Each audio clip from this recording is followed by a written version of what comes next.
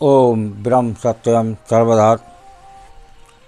आज गुरुदेव महात्मा मंगत राम जी की वाणी जो एक सत्यता बयान कर रही है और उस वाणी के आधार पर विचार को श्रवण करें। पहले वाणी को श्रवण करते हैं, वाणी का आनंद लेते हैं। उस घड़ी की करो पहचानो, जब ये काया जल अगन मचानो। उस घड़ी का करो विचारो, जब त्यागें दे ही घर बार। उस पलक का करो ध्यान,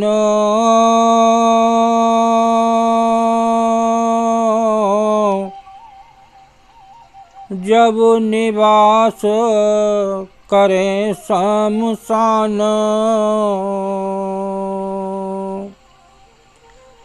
बकत आखिर मन माही विचारो,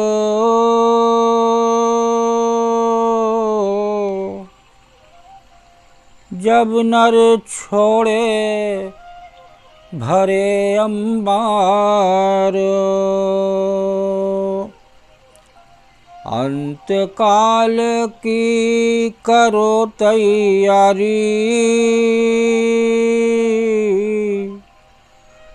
कोई ना संगी उस घड़ी विचारी। जब देह छूटी क्या गत होई,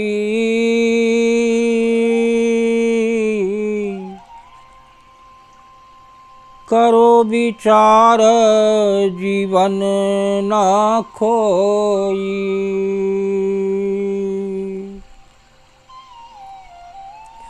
काल कराल जब आन पुकारे,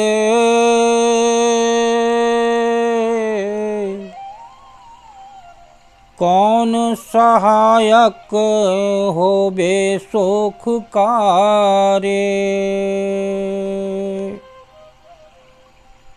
जम काल जब सास न देवे,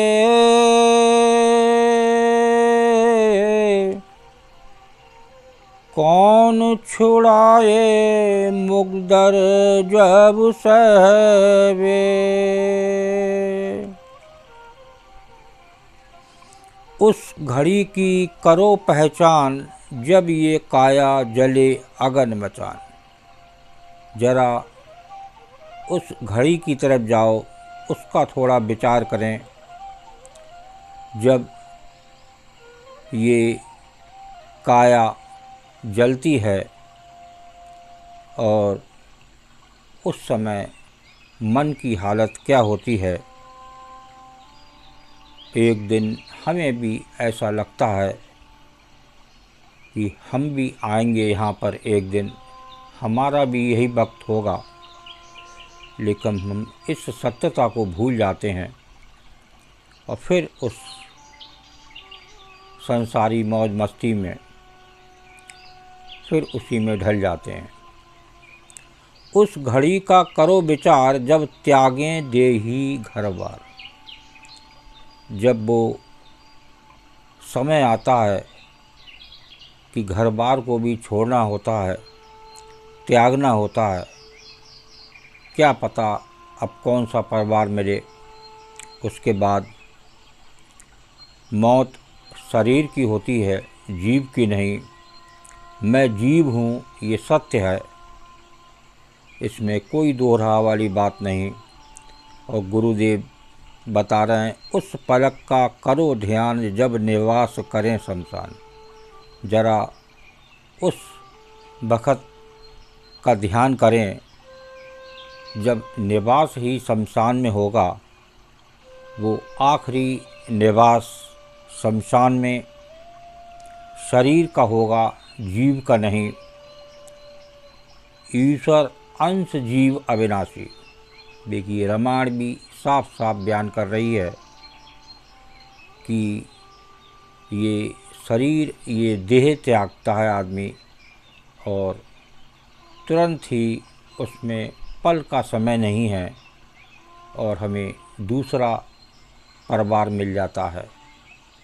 ये नहीं पता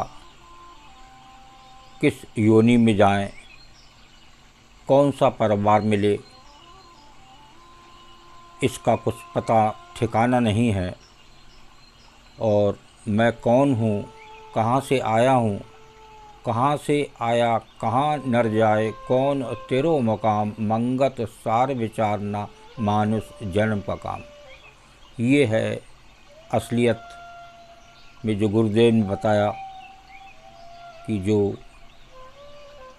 हम कहाँ से आए हैं, कौन है, कहाँ हमारा असली ठिकाना है।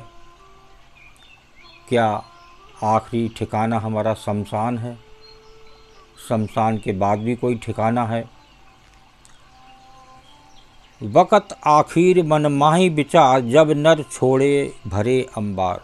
उस वक़्त का ध्यान करें जब ये नहीं पता होता है कितनी माया हमने दौलत इकट्ठी करी और वो दौलत सब यहीं छोड़ दी और उसको हम ठीक रूप से इस्तेमाल भी नहीं कर पाए और ये भरे अंबार को छोड़ने का समय आ गया।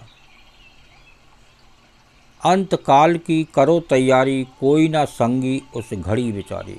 क्या उस समय आपका कोई सहायक है? जिस समय आपकी मौत होती है, आपका शरीर उस शमशान में जलता है, वो एक आखिरी शरीर होता है, लेकिन फिर एक नया शरीर मिल जाता है। ये रामायण भी कहती है, गुरुदेव भी कहते हैं कि इसमें पल का समय नहीं लगता और दूसरा जीवन मिल जाता है। वो कहाँ मिले कुछ नहीं पता। जब देह छूटी क्या गत होई, करो विचार जीवन ना खोई। ये देह तो छूटती है किसी की, देह जब जन्म है तो मृत्यु भी निश्चित है। कितने भी बड़े बड़े शरीर रूप में गुरु, ऋषि, मुनि जो भी इस संसार में आए, शरीर को यहाँ पर ही छोड़ के गए। बस इतना फ़र्क होता है, वो उनका बार बार का आवागमन का चक्र नहीं होता और ये संसारी आदमी का बार बार का आवागमन का चक्र रहता है। इतना फ़र्क होता है। सत्पुरुष गुरु जो शरीर लेके आते हैं, उनकी जो शरीर छूटता है वो एक बार छूटता है, तो वो बार बार जन्म नहीं लेते। ये फ़र्क होता है एक सत्पुरुष गुरु और एक संसारी मानव में। काल कराल जब आन पुकारे, कौन सहायक होवे सुखारे। क्या कोई सहायक हो सकता है उस काल के सामने? वो सहायक है वो प्रभु। वही एक आखिरी मंजिल है। उस मंजिल को ना भूलें, उस गुरु को ना भूलें जो आपके अंदर विराजमान है। सतगुरु तो अंतर रमे, पल पल करें पुकार, तू आज्ञाकारी होए के घट का पाठ होगा। ये एक अपना आपको एक गुरु के समर्पण कर दें। देखिए, करने वाला वो है।